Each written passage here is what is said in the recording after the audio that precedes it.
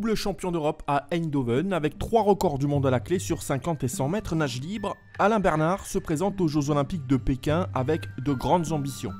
Et une date en ligne de mire, celle du 14 août 2004, jour de la finale du 100 mètres nage libre.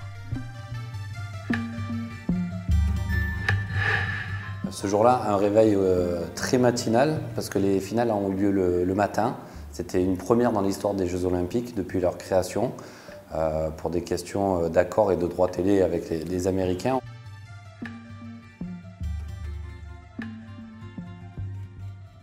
Quatre ans auparavant, j'ai raté ma qualification pour 17 centièmes de seconde.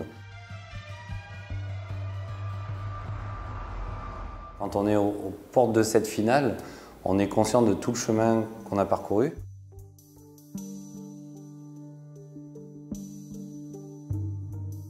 Ça fait à ce moment-là 10 ans que je m'entraîne 2 fois par jour.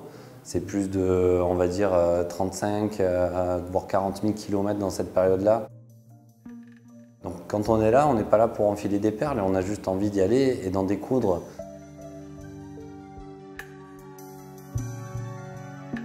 Trois jours plus tôt, avec mes collègues du relais, on a terminé 2e du 4 x 100 mètres nage libre derrière des Américains.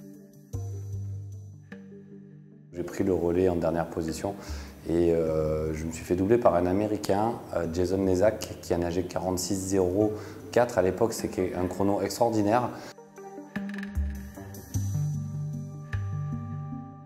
J'ai eu le sentiment d'avoir la responsabilité de l'échec de ce relais aussi, mais quand j'ai regardé mon chrono, j'ai fait le meilleur temps que je n'avais jamais fait et je ne voulais pas avoir ce sentiment de culpabilité.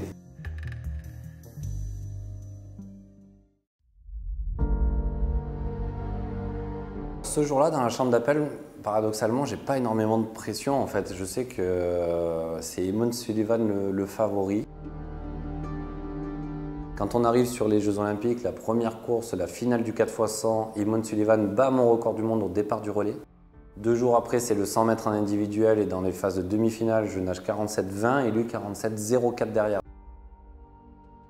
Et bien sûr, il partait en finale avec une longueur d'avance, on va dire, parce qu'il nageait à l'instant T 15 centièmes plus vite que moi, en fait, 16 exactement. C'est pas grand-chose et c'est un monde en même temps.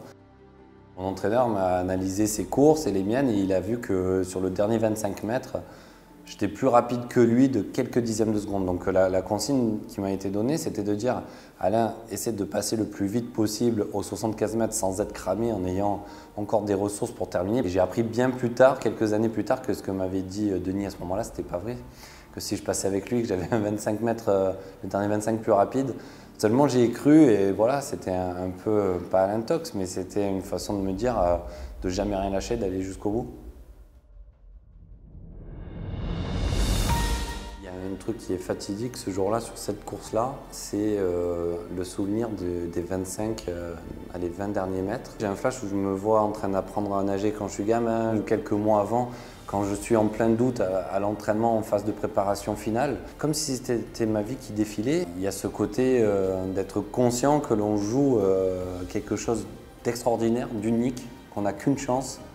On n'a qu'une chance dans une vie de vivre un moment comme ça et de tout faire en sorte pour pas le gâcher.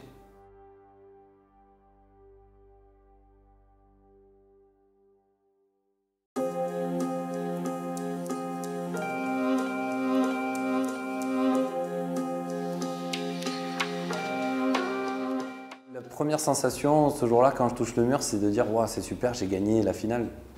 C'est super. Et puis là, c'est ouais, mais c'est la finale des Jeux quoi.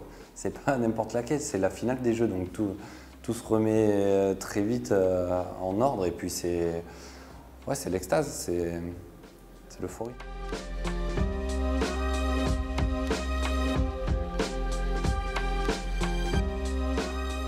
J'étais sur un nuage toute la journée, mais le soir même, quand je me couche et je vois cette médaille sur ma table de nuit à côté, dans mon petit lit, dans notre chambre où on était avec mes collègues, je me suis dit, tout ça pour ça. Tout ça pour ça, enfin, c'était symbolisé. Alors la médaille, j'avais l'impression qu'elle était énorme comme ça, et au fil du temps, j'ai l'impression qu'elle est de plus en plus petite, mais voilà, c'est un symbole qui est extrêmement fort.